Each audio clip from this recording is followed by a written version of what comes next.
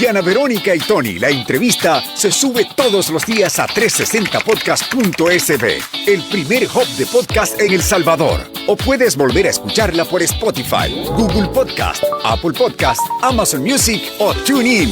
Dale clic a la campanita para que recibas la notificación. Este día, en el Corre de la Mañana, le damos la bienvenida a...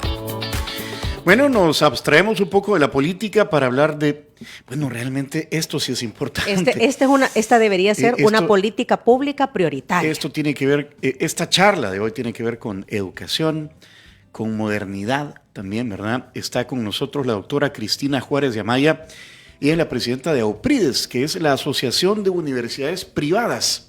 Aglutina a varias universidades privadas de nuestro país. ¿Y quién más nos acompaña? También está con nosotros el doctor Herbert Oliva, doctor en gestión de la educación superior. Ya nos van a explicar de qué se trata. Doctora, bienvenida. Bienvenida. Gracias por estar con nosotros. Bueno, muy buenos días. Muchas gracias, Diana y Tony. Es un honor tener la oportunidad de tener esta conversación tan importante sobre educación y poderles también compartir parte de lo que somos como Asociación de Universidades Privadas de El Salvador. Eso, si quiere, comencemos por ahí. Cuéntenos qué es AUPRIDES y quiénes están aglutinados ahí. Por supuesto, bueno, la Asociación de Universidades Privadas de El Salvador nace en el año 2000. Tenemos 24 años de ser una asociación con fines básicamente que procuramos promover el intercambio de experiencias y buenas prácticas en las funciones de docencia, investigación, proyección social. Y básicamente lo que tenemos a la base es uno de los fines más nobles de la educación superior, como es potenciar las máximas potencialidades de toda persona, es decir, una educación que trascienda más allá de solo la entrega de títulos, sino que también una persona que forme ciudadanos, es decir, antes de tener buenos profesionales, queremos tener buenas personas. Conformamos AUPRIDES 13 universidades del país, la mayoría estamos acreditadas, tenemos acreditaciones algunas a nivel nacional, otras con acreditaciones de carrera a nivel internacional y otras que están en este proceso de validar y certificar y sobre todo constatar por un organismo externo la calidad de los graduados que formamos. Entonces, eso somos como AUPRIDES. Me gusta lo que dijo, o sea, puede ser alguien un excelente profesional, pero mala persona. Exactamente, y por eso nosotros estamos también poniendo en el centro como eje la formación en valores, como un eje transversal en la formación educativa. O sea, no dejan de lado ese tipo de educación, porque también es una educación, doctora. Y lo vemos ahorita, por ejemplo, en el tema cívico, ¿verdad? Lo vemos muchísimo en estos momentos de elecciones, cómo es necesario tener esa educación, ese respeto, ese valor a la familia, ese valor a la sociedad, a mi entorno, al país. Totalmente, Diana. Y bueno, creo que también algo muy importante de citar es cómo debemos de repensar en El Salvador una política de Estado de educación. Y digo de Estado porque no solo debemos de limitar la responsabilidad en educación superior, es decir, nosotros no podemos pretender que en educación superior a los 16, 17 años, que es la edad con la que ahora recibimos a los jóvenes, van a comenzar a formarse en valores. Todo comienza en la familia, en la crianza, en la educación inicial, educación primaria, educación secundaria. Es decir, todo el tema de educación media tiene que estar conectada. Un nivel debe de dar respuesta al siguiente nivel y garantizar esa formación, tanto en el sector público como en el sector privado. Es decir, el país tiene muchos retos en educación superior, pero también en educación en general. Nosotros tenemos una población más o menos de 190,000 bachilleres en el país, de los cuales cerca o a veces menos del 50% tienen acceso a la educación superior. Entonces, hablar de educación es hablar de un derecho en primer lugar, pero es también hablar de una de las llaves para el desarrollo humano y también económico y productivo de un país. Entonces, las universidades tenemos una gran responsabilidad, sobre todo en un país con 40 instituciones de educación superior, donde ellas 24 son universidades, de estas 24, una es estatal, el resto somos instituciones privadas, y es interesante saber que las instituciones de educación superior damos cobertura, las privadas, al 70% de la demanda de educación superior en este país. 70% de los que pueden optar a una educación universitaria van al sector privado. Van al sector privado. Y el otro 30% pues es el que absorbe la Universidad de El Salvador o otros institutos técnicos, me imagino. Exactamente. Entonces creo que, bueno, ahora éramos de los pocos países hace un par de años, creería yo que de los 2 países de América Latina y el Caribe, que no disponíamos de una política nacional de educación superior. El país a partir de marzo del 2021 dispone de su primera política nacional de educación superior, también con una ley de educación superior que tenía varias décadas de no tener una reforma importante.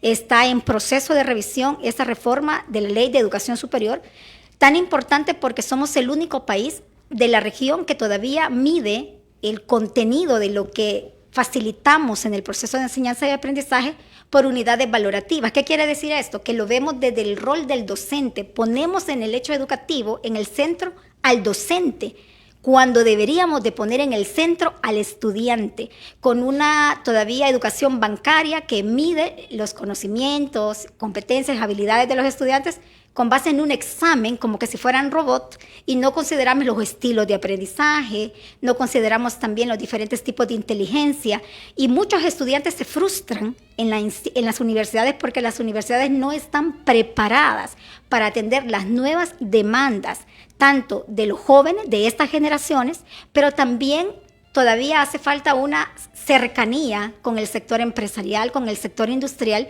y también políticas públicas que puedan promover esa cercanía con las universidades. Y en ese marco, en ese esfuerzo, ¿verdad?, está a punto de llevarse a cabo este jueves, 29 de febrero, el segundo Congreso Internacional de Auprides, que lleva por título Diseñando el Mañana, Inteligencia Artificial como Motor de Cambio. Herbert Oliva, ¿cómo está la cosa? Qué grato placer poder compartir con ustedes, chicos. Es un gusto enorme el poder coincidir en estos escenarios. Después de decirte Don Tonio, y somos chicos. Me llega, Herbert. Eso se va a hacer. Es que en la pausa me dice Don Tony. No, pero precisamente tiene que ver un poco con lo que decía la doctora Cristina, ¿no? O sea, como la ausencia del basamento moral y de repente nosotros nos tenemos... Un tema de respeto. Exacto, un tema de respeto más que de una condición cronológica. Y yo creo que estos espacios en los que el conglomerado de universidades privadas se organizan desde Auprides para poder proyectar una urgente necesidad de cambio en cómo las universidades deben de responder satisfactoriamente a una generación de jóvenes que en este momento está más interesados en crear una cuenta de TikTok y ser youtubers que en incorporarse a la construcción de un tejido social estudiando una carrera universitaria. Entonces, ¿qué cosas interesantes desde la educación superior le podemos ofrecer a los estudiantes para que puedan transformar la manera en cómo piensan, la manera en cómo están asimilando estos nuevos escenarios? Y de repente nos ponemos a pensar, ¿por qué no nos alcanza el dinero? Bueno, porque gastamos más, ¿no? Pero un ejemplo, un joven que empieza a trabajar es un joven que paga Apple TV, Amazon, Netflix. O sea, empiezas tú como a darte cuenta que estamos en una sociedad de consumo y gastamos más de lo que ganamos. Entonces, a partir de eso, tienes una generación de estudiantes totalmente diferentes a las que tú, Tony, o tú, Diana, pueden hacer. Exacto. Ajá. O sea, 40 años después, sí, le ha dado la vuelta. Sin embargo, los problemas de la escuela salvadoreña siguen siendo los mismos. Entonces, creo que este esfuerzo que está haciendo Auprides, precisamente de abordar el tópico de inteligencias artificiales, tiene que potenciar en eficiencia y eficacia la mejora de una educación superior salvadoreña. Y eso es a lo que vamos a aportar este jueves. No vamos a hablar un poco de la inteligencia artificial y a partir de eso, pues, no solamente explicar conceptos, sino qué propuestas le podemos hacer al escenario educativo salvadoreño para que pueda retomar el tema de las inteligencias artificiales en una sociedad en donde de cada 10 jóvenes salvadoreños, solo 4 acceden a educación superior.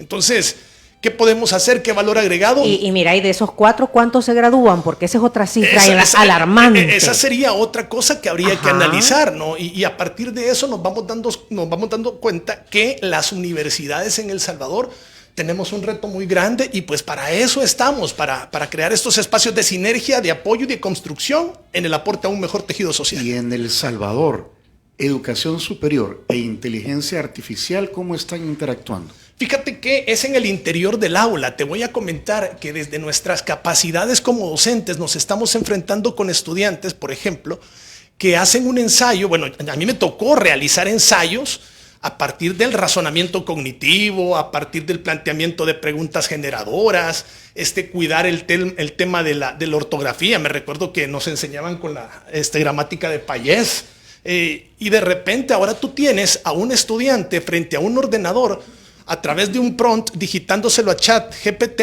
que le elabore un ensayo.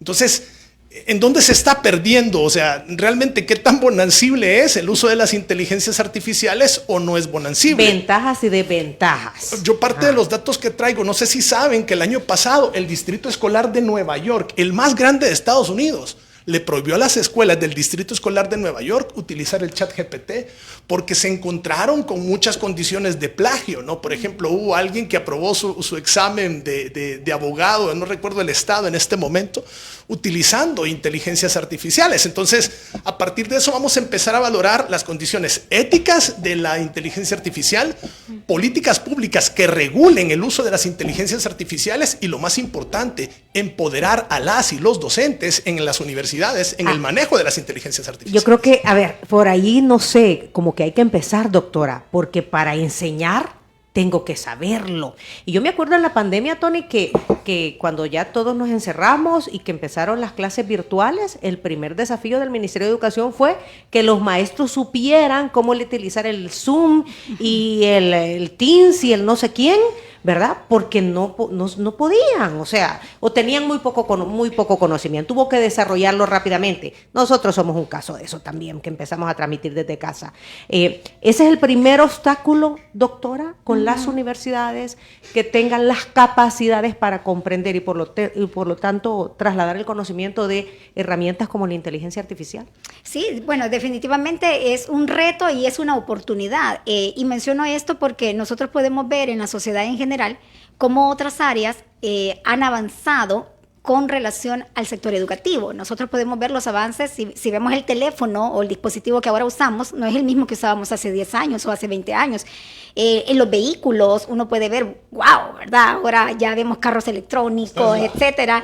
Entonces uno puede ver ahora también en los streaming, ya la televisión cambió, los medios de comunicación cambiaron. Pero ¿qué pasó en la educación? Y no solo en educación superior, es decir, el aula ahora tiene que ser imaginada no solo como un aula de 4 paredes, sino también el aula en plataformas digitales.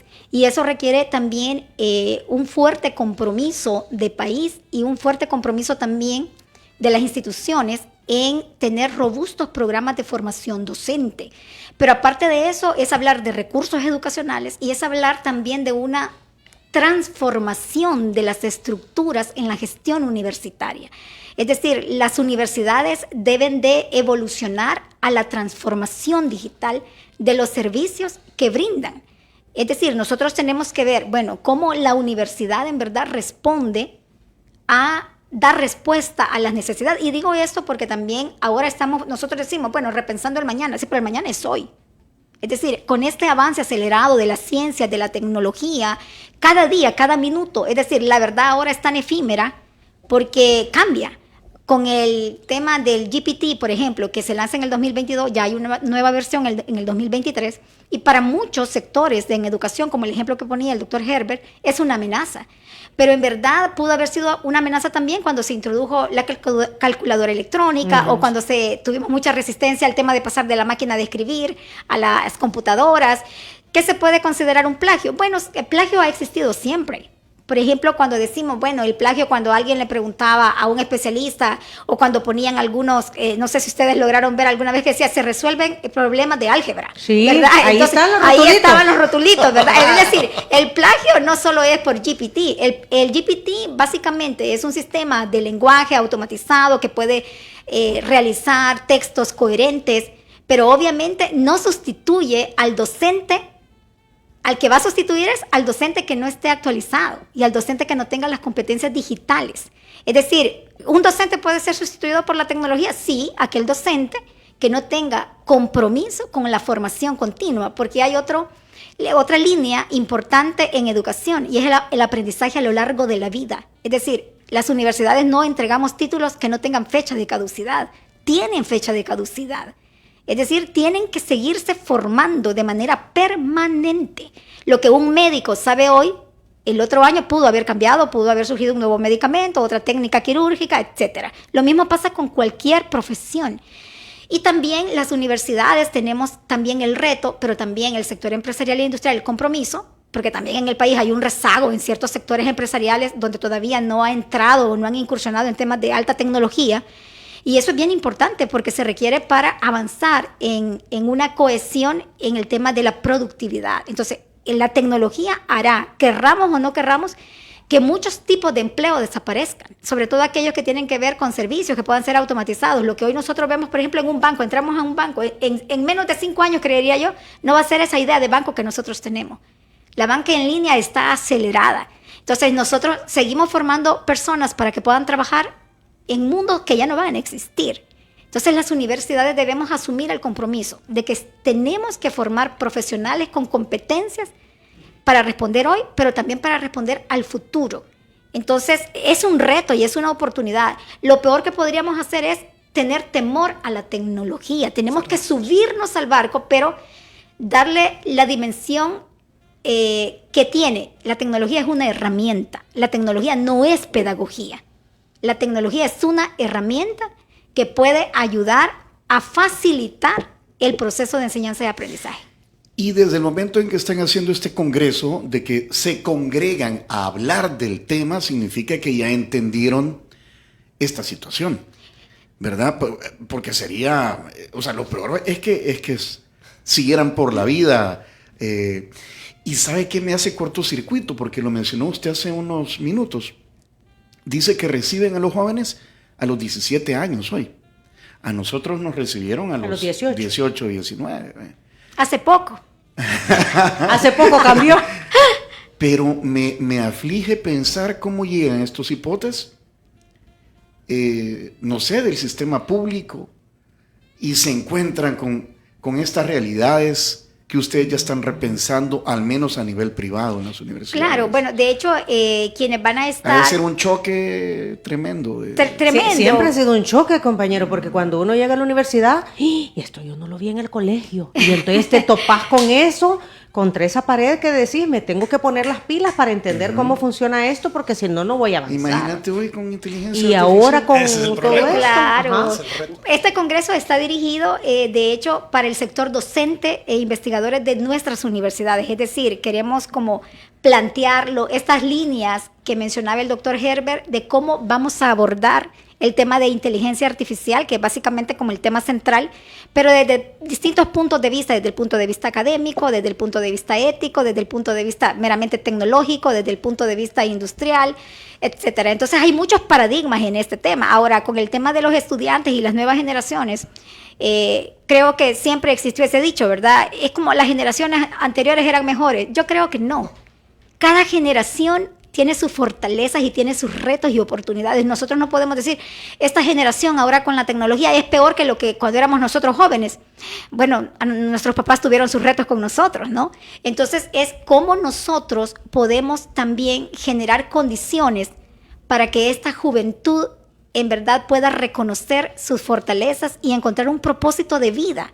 Es decir, las universidades tenemos que pensar más allá de esas carreras largas, es decir, el país todavía tiene que avanzar también en muchos temas de burocracia para aprobar planes de estudio, que ya se está en eso, ¿verdad? Ajá. Porque digo esto porque en el país las carreras son bastante largas, ya hay esfuerzos, nosotros trabajamos de manera muy colaborativa con la Dirección Nacional de Educación Superior y hemos planteado estas necesidades de que las carreras tienen que tener salidas laterales. Es decir, hay jóvenes acá que se pagan sus estudios. Las universidades no solo son estudiantes 100%, son personas que trabajan y estudian. Sí, personas que buscan capacitarse. Y a eso iba, doctora, porque yo el otro día estuve en un evento de tecnología y entonces decían algunos expertos que ellos ya no les aconsejaban a sus hijos sacar una carrera universitaria, sino que se prepararan en este y este tema, que es lo que se está demandando en el mercado. ¿Por qué? Porque no te contratan por un título, te contratan por lo que tú sabes hacer.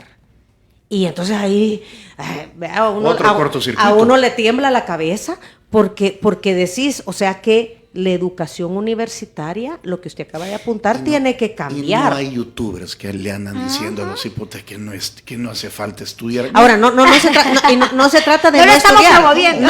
No se trata de... No. Al contrario. Yo no quiero que me malentiendan. No se trata de no estudiar. Se trata de estudiar, prepararte en lo que se necesita en el mercado. Exacto. Y que muchas universidades, o que ahí es donde las universidades se tienen que replantear las carreras que están ofreciendo, porque deben de ser carreras adaptadas a lo que necesita el mercado. Si tienes un entorno salvadoreño, por ejemplo, en el que los licenciados y licenciadas en administración de empresas o en ciencias jurídicas están egresando y se están graduando, pero no encuentran una fuente de empleo que sea redituable en términos financieros, pues entonces hay que ver de qué manera podemos hacer ese reajuste desde la educación superior para ofrecerle nuevas oportunidades. Ajá. Si tenemos ahora jóvenes youtubers, entonces como universidades, técnicos en la creación de contenidos multimedia. O sea, ese es el aporte. Y ojo, porque hubo algo que a mí me llamaba poderosamente la atención, mi estimada doctora Cristina, y es el tema de que no hay que tenerle miedo a las inteligencias artificiales, pero tenemos que estar conscientes que en este momento estamos viviendo momentos de cambio mundial. ¿Qué significa esto? Tenemos que descubrir cómo ser felices con los procesos de automatización, con los robots, con la inteligencia artificial. Y un ejemplo es, por mencionar uno, ¿no? El Imperial College de London, el Imperial College London está utilizando docentes hologramas. Entonces, ¿qué pasa? ¿Será que vamos a ser sustituidos los docentes? Por ejemplo, en México, Oxxos, los benditos estos supermercados que ya no tienen, por ejemplo, un vendedor detrás de cajas, sino que todo está automatizado con aplicaciones, códigos QR, con cámaras en donde tú te suscribes con tu tarjeta, agarras tu refresco, tu galleta, no sé, tus papitas y pues sales y automáticamente ese cobro cae a tu tarjeta. Me pasó el día de ayer en un gimnasio que se encuentra frente de... Diga el nombre, aquí no hay problema con los nombres. Es que es el edificio, ¿puedo decir el nombre del gimnasio? Sí. Oh, se llama SmartFit, que queda aquí enfrente. Entonces, estaba haciendo ejercicio y cuando terminé, validé el ticket. Y se me hace muy interesante ver cómo gente, a través del uso de inteligencias artificiales, en compañía con una tarjeta de una instancia financiera de acá, de un banco, automáticamente tú validas y ahí hay un proceso de inteligencia artificial. O sea, Tesla está ahorita con los coches que no tienen conductores, pero para el gremio de camioneros en Estados Unidos, eso es algo que atenta contra el poder llevar el pan a tu mesa. De repente podemos pensar en crear scripts en donde ya no vayan a estar locutores, sino que serán a lo mejor locuciones programadas, a lo mejor ya estará todo detrás de un ordenador y en lugar de haber 4 o 5 gentes, pues habrá una. Pero es que esa es la nueva forma de entender estos escenarios de la virtualidad. Pero ojo con algo que hay que decirlo de manera tajante. Es que las tecnologías siempre estuvieron presentes. Si los docentes no se interesaron en empoderarse de estos recursos para mejorar su labor profesional, entonces creo que también tiene que ver un poco con la culpa que tenemos. Y lo voy a decir desde esta óptica. Cuando llegó el COVID, ¿qué es lo que hicimos? Es que los que teníamos conocimientos de literacia informática fuimos los que sacamos a flote el sistema educativo en América Latina para que las clases no se perdieran. Pero también hubo docentes que por esa falta de vocación, de compromiso y de amor al apostolado pedagógico, pues no ven en la formación también un compromiso profesional. De ahí, ya te presto el micrófono, de ahí que la realización de este congreso sea totalmente determinante para poder inspirar creación de políticas públicas que le den el rumbo a El Salvador en el tema de inteligencias artificiales. Sí, lo que pasa es que tenemos que ir a la pausa. Solo quiero dejar planteada una pregunta, porque de la inteligencia artificial se habla que es la revolución de las máquinas, que Terminator y todo esto. Star Wars. ¿Puede haber un enfoque de inteligencia artificial centrada en el ser humano? Dejo eso planteado, ¿verdad? Para después de la pausa, porque ya vino San Martín. Sí, podemos, bueno, sí, ya vino San Martín, en efecto, compañero. Hay que seguir celebrando el mes de febrero, regalando lindos detalles exclusivos de la temporada en San Martín. Hay tazas con lindos diseños de fresas, de corazones, cosmetiqueras o las paletas de galleta con marshmallow cubierto de chocolate en forma de corazón. Todo esto en tu San Martín preferido o llamando al 2215 1515, que es su número de servicio a domicilio. Y si no, compañero, que hagan como nosotros. La doctora conocerá Línea Rosa. Ya conoce el servicio de Línea Rosa, un servicio de transporte de mujeres para mujeres. ¡Wow! ¿Verdad? Para que vayan más seguras, cómodas, ¿verdad? Son mujeres manejando para mujeres y su compromiso es brindarles tranquilidad y confianza en cada viaje para que lleguen seguras a su destino. Puede programar su viaje al WhatsApp 62004491 y ya tienen una aplicación, Línea Rosa App. Pausa, volvemos.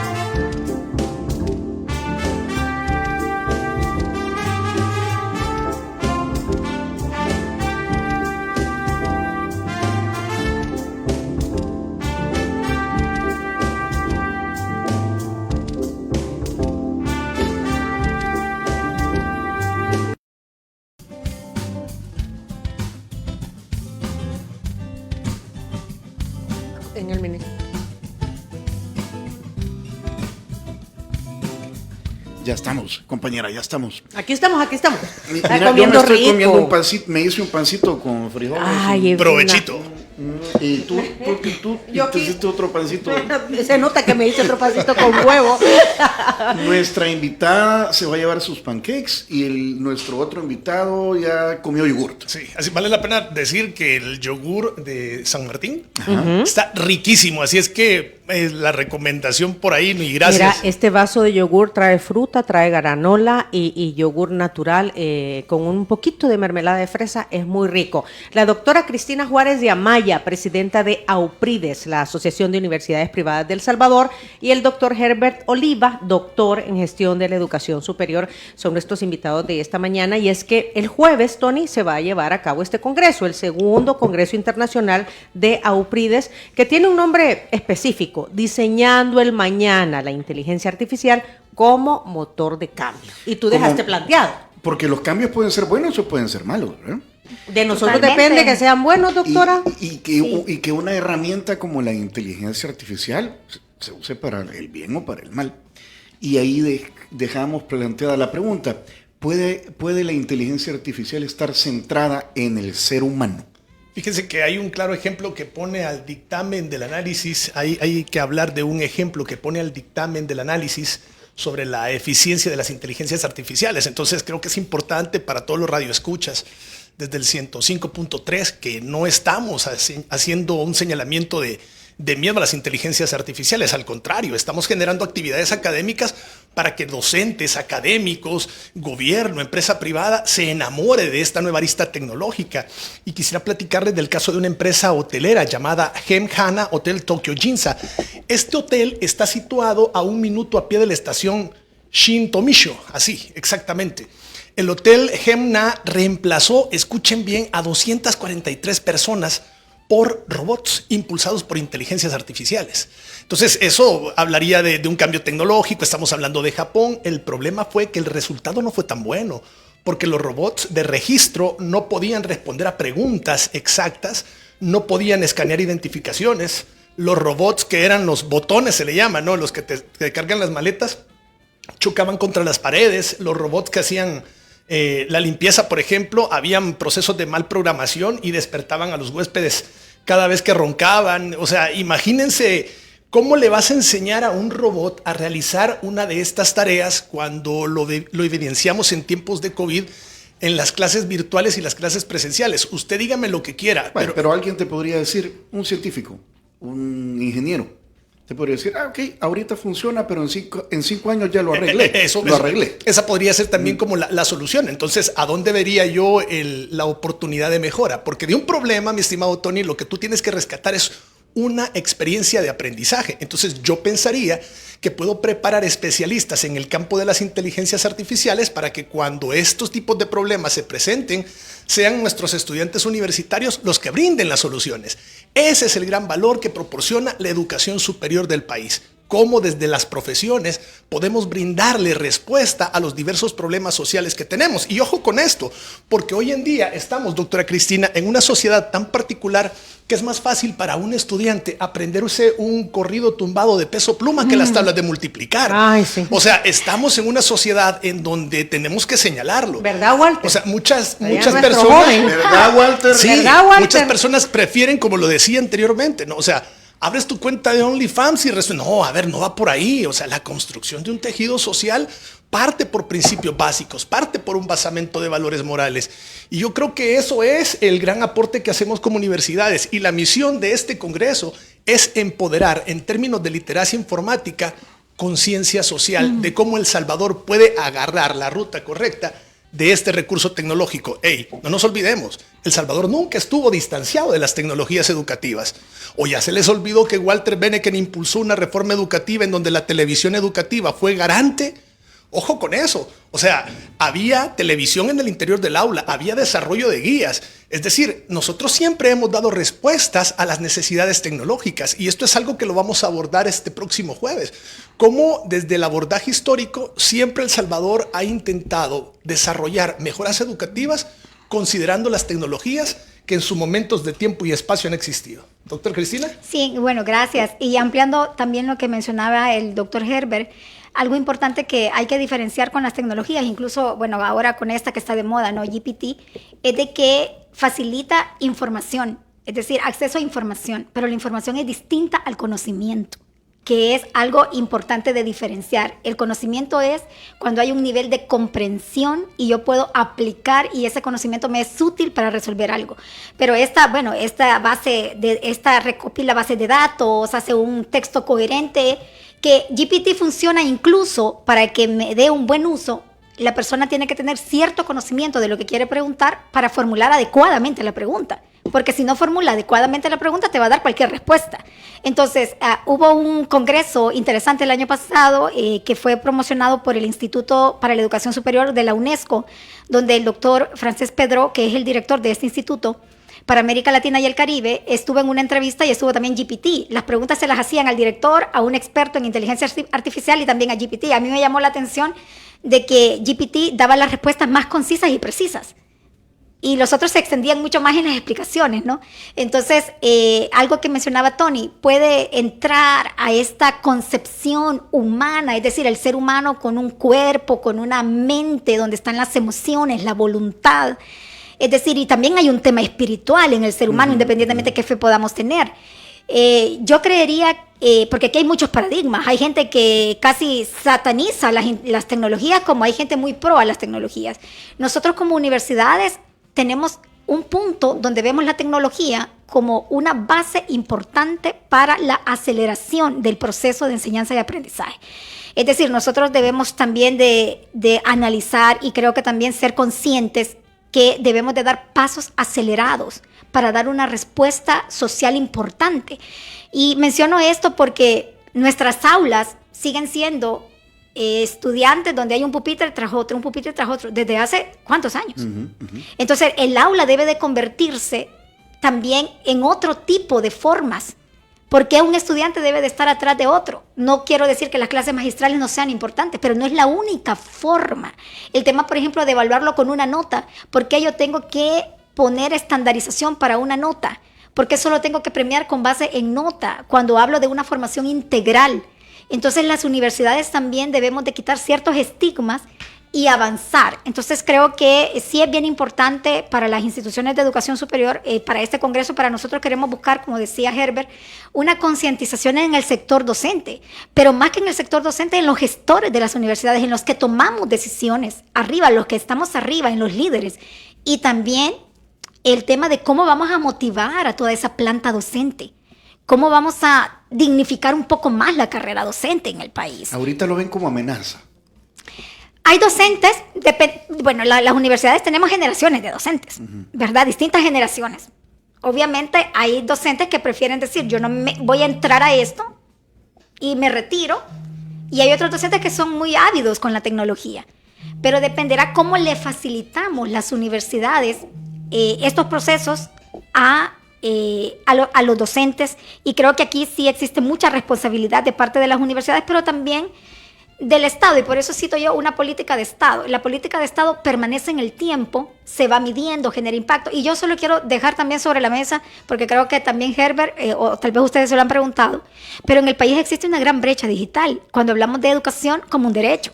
Hablamos de educación como un derecho ahora con una educación presencial, aún así hay todavía poco acceso, hay temas de niños con retraso escolar, y si vamos a educación superior no hay una cobertura del 100%. Pero veamos la brecha digital de conectividad en el país. Y nosotros queremos hablar ahora de inteligencia artificial. ¿Para quiénes? ¿Para una clase elitista? ¿Eso es lo que dice la ley? Nosotros tenemos que pensar también que no solo requiere reformas en las instituciones de educación superior, requiere reforma en todos los sectores sociales. Si nosotros en verdad queremos que la tecnología, que es una de las cosas que se aspira, que la tecnología lo que haga es ampliar la cobertura de educación, porque está 100% demostrado que un país con educación es un país con más desarrollo humano y crecimiento económico y productivo, pero aquella educación que te transforma la vida, es decir, que a una niña que nació en un X cantón le hace pensar y le hace razonar, bueno, yo nací pobre, pero tengo una oportunidad para salir adelante. Es decir, una niña con un pensamiento más allá de una memoria de ciencias, de sociales, de lenguaje. Esa educación que te abre un mundo de posibilidades y de oportunidades. Entonces, en un país donde la desigualdad social, Los contrastes. los contrastes son tan fuertes, Sí. también se requieren políticas de Estado de cómo cerrar un poco el acceso a esa brecha digital. Porque ahora uno puede decir, en el país el 93% tenemos acceso a celulares, hay más personas que celulares, perfecto. Sí, pero ¿qué uso le das a esa tecnología?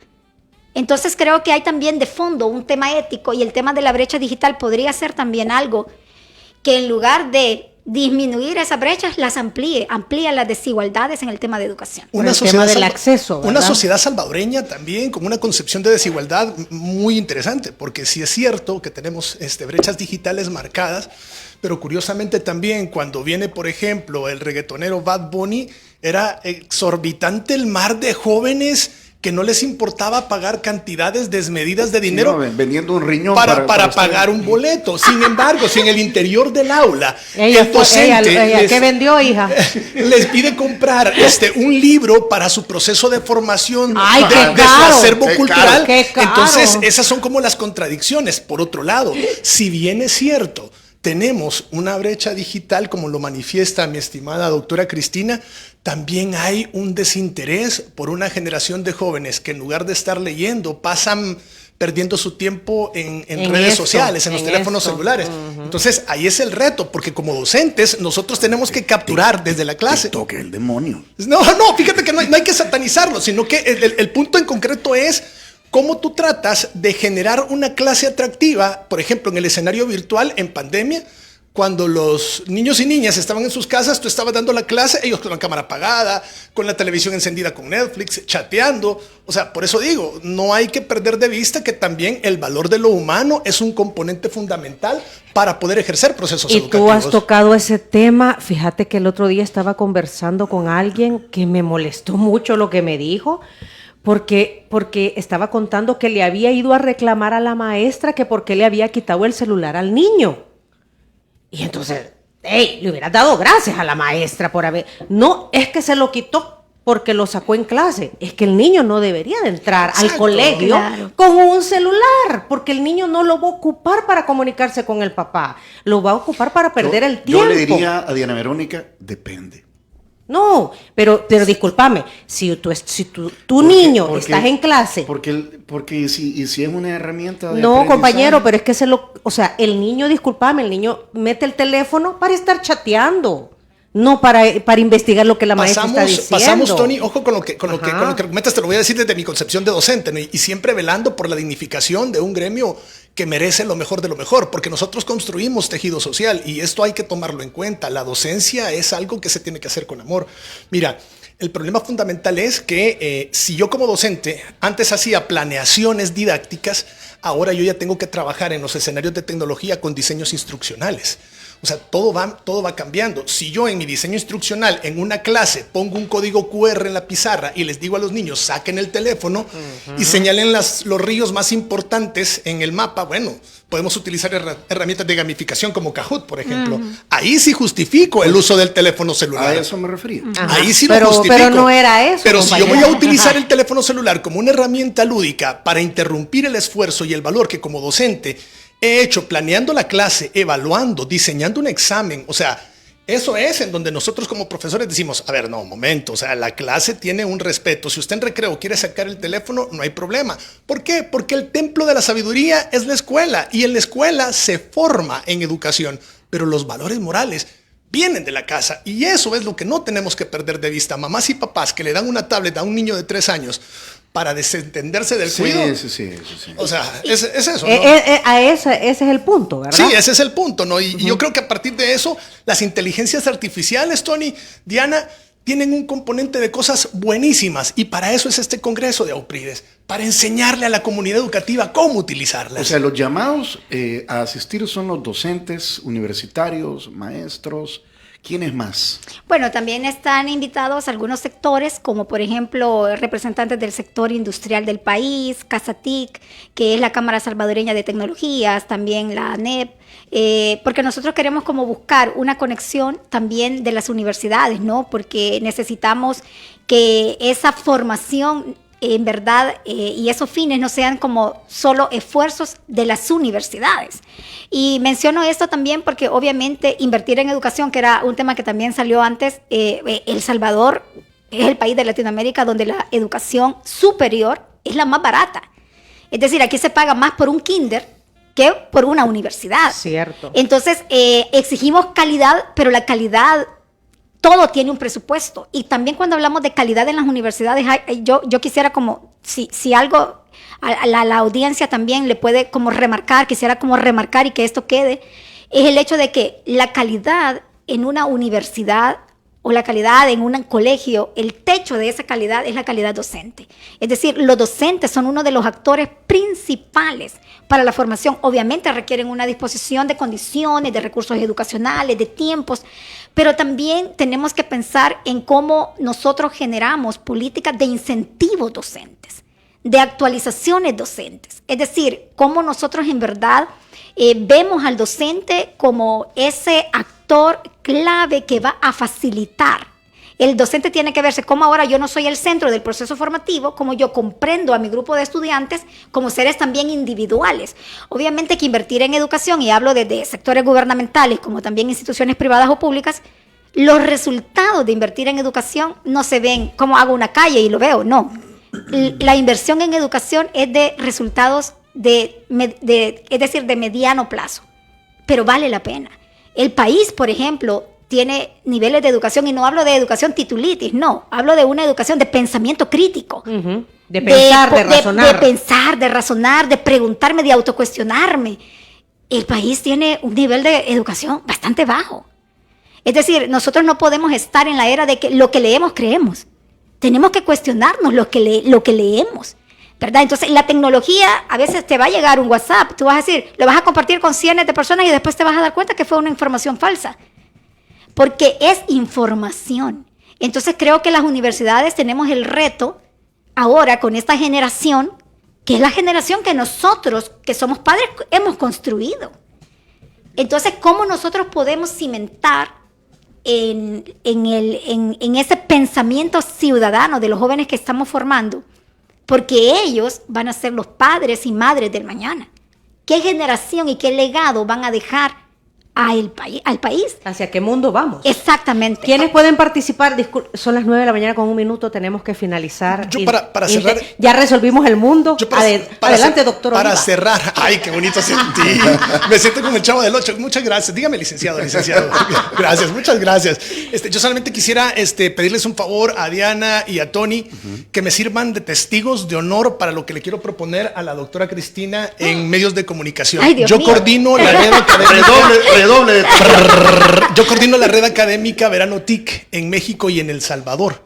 Y para nosotros, como red académica Verano TIC, sería un verdadero gusto el ofrecerle a la comunidad de docentes de AUPRIDES un curso precisamente gratis, sin interés alguno, sobre el tema de la creación de prompts como parte del componente formativo de inteligencias artificiales. Nos ponemos de acuerdo, la plataforma Verano TIC tiene esto. Ya quedó La respuesta es sí, delante de Diana y de Tony. Sí, entendiste que solo decimos que es prompt. Los prompts son las órdenes que le damos a las inteligencias artificiales para poder definir exactamente qué es lo que le voy a pedir a la inteligencia artificial para que te dé una buena respuesta. Para que me dé una buena respuesta. Entonces yo creo que si vamos a hablar de procesos de formación, el mejor aporte que le puedo hacer como salvadoreño es todo lo que he capitalizado en el extranjero. Ahora yo se lo quiero regalar a mi pulgarcito de América, como diría la célebre Gabriela Mistral. ¿Qué es lo más loco y divertido que le has pedido ahí a la inteligencia? ¿Cuál es el prompt más loco? Que me haga una canción de Star Wars. O sea, porque pues amo Star Wars. O sea, entonces es como, hazme una canción de Star Wars utilizando los elementos del capítulo 4, 5, 6 y en versión electrónica, ¿no? Por ejemplo, y ya me empieza a dar como las pautas. Son como las locuras más grandes, que he hecho. O sea, que ya no son instrucciones, son prompts. Son los prompts. Ajá. Entonces,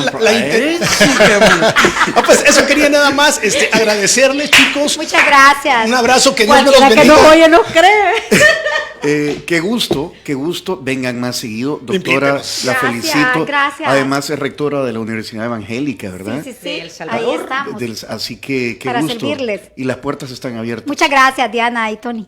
O sea, que la recepción sea abierta, ¿verdad? Sí. Este es un tema no de educadores, es de todo, de sociedad. Tenemos que Exacto. tener Totalmente. la cabeza abierta, ¿verdad? Y que nos urge un cambio en la forma de educar nuestro país. Gracias. A ustedes. Bendiciones, gracias. Y si quieren volver a escuchar esta entrevista, pongan mucha atención a lo siguiente. Si quieres volver a escuchar esta entrevista, ingresa a 360podcast.sb, el primer hub de podcasteros salvadoreños. Sigue a Diana Verónica y Tony la entrevista en Spotify, Google Podcast, Apple Podcast,